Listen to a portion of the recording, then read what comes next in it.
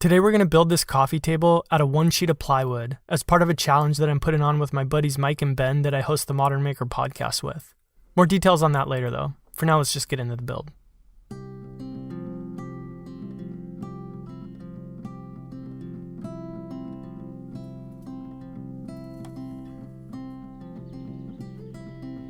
So I decided to do something a little different than what I suspect most people are going to do with this challenge. And that's use a 1/2 inch instead of a 3/4 inch sheet of plywood. Now, I didn't do this to be difficult or just for the sake of being different, but rather because I thought it would actually work better for my project. And that project, as I said before, is going to be a coffee table, and it's going to come together using an additive joinery method. In short, I was worried that using 3/4 inch material would end up making the entire piece too thick and kind of clunky looking as multiple pieces get laminated together. In any case, after I'd broken my sheet down into more manageable sized chunks, I started working on it on my table saw. The top's going to be made out of 3 pieces. Well, technically 6 pieces, as you'll see in a minute. But anyway, it's going to be made out of 3 layers that stack like this, with the top and bottom, or bread pieces, following the same diagonal plane.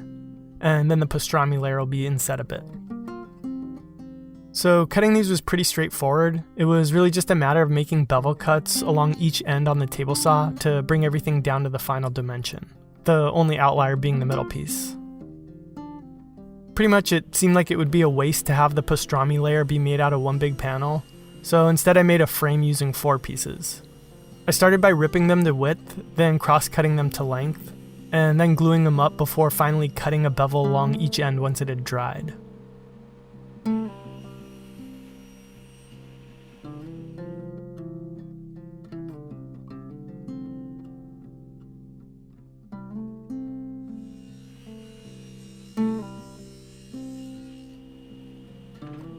Next, I did a little sanding on the bevel edge of the pastrami layer, since it would basically be impossible to reach later, and then I glued up my sandwich.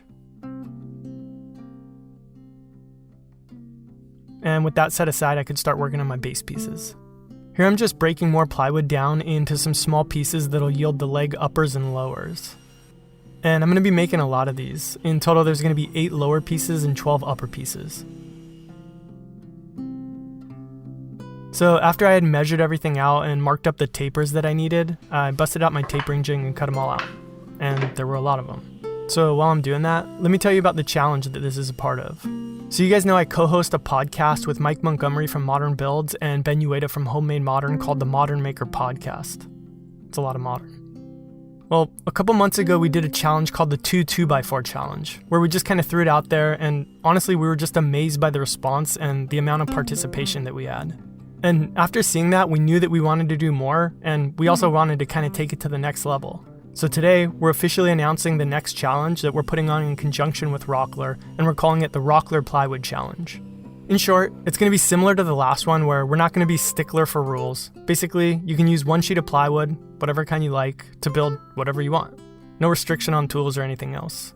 But unlike the last one, this time there's going to be prizes. Thanks to Rockler, we're going to give away over $1,000 in tools and gift cards. Now we're going to talk about it more on today's episode of the podcast, which will be titled Rockler Plywood Challenge, so be sure to check that out and click on the link in the description to see all the details on our website. Alright, so get your thinking caps on, come up with a cool project, and get to work. And that's what I'm going to get back to now. So with all my leg pieces cut out, I could start assembling them. Here's a drawing that shows how everything's going to come together. It's probably a little easier to see it here. I attached the first upper and the first lower with some glue and a finish nailer. But for the second piece I glued and clamped. That way there wouldn't be any holes to cover. Initially I was going to leave the legs just like this, with only 3 pieces. But I kept thinking about how I was going to attach the legs to the top, and I just wanted there to be a little bit more meat there. So back when I was cutting out the leg pieces, I decided to cut 8 extra leg uppers. I decided that I wanted the extra leg uppers to have a little gap in them to just kind of keep the aesthetic theme going, so I just kind of used the glue up to strike a line that I could cross cut on my miter sled.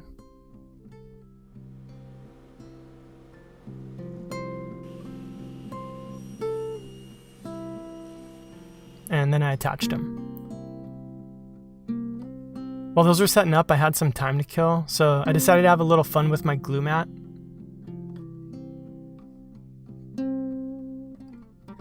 Then I checked out a blimp for a few seconds,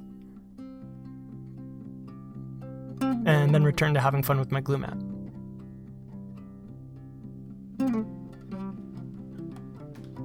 To attach the legs, I flipped the top upside down and marked some lines to find the exact center of the underside.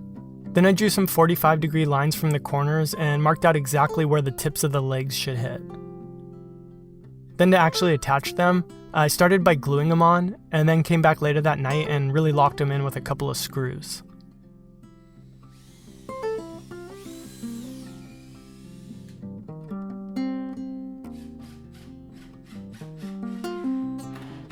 And for anybody worried about the strength of making joinery and attaching the legs this way, I say if it's strong enough to hold me, it's probably strong enough to hold your coffee. Finally, I did a little sanding and finishing, and this one was in the books.